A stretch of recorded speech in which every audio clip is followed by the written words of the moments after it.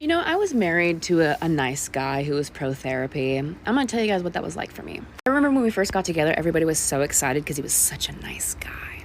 Everybody was like, oh my God, Christine, we've seen you in just such a string of terrible relationships. We're so happy to see you with a nice guy. And I remember the first time I confronted him on treating me poorly in front of our friends at dinner one night and him slamming on the car brakes to intimidate me because he's such a nice guy. I remember the first time he tried to tell me who I could and could not spend time with.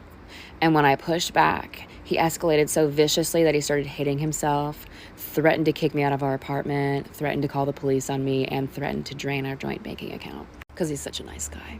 And, when I would talk to people around me about this, they'd be like, oh, gosh, I'm so surprised to hear this, but he's such a nice guy. But you know what? Relationships do bring out the worst in us sometimes, And maybe there's something that you're doing to trigger him because, he's such a nice guy. I remember the first day that suddenly there could not be any dishes in the sink anymore when he got home from work. Because, his parents were hoarders and he grew up in filth and he just could not have a dirty environment. Never mind the fact that the apartment he was living in before we got together was a pigsty.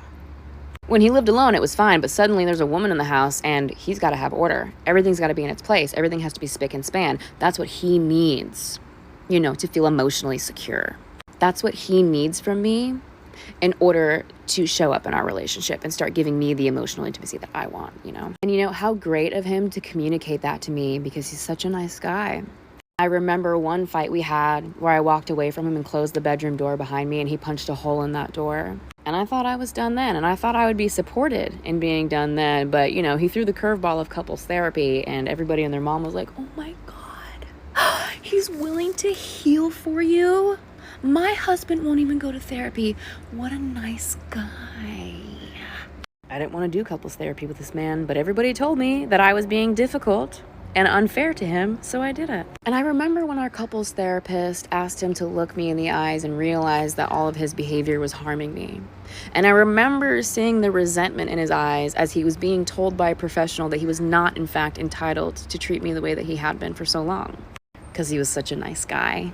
And, towards the end of our marriage, when I started to get, lean and fit and, feel really confident in my body and start to show my body off for the first time ever as an adult, it was, oh, babe, you're getting thin. I can see your ribs right now.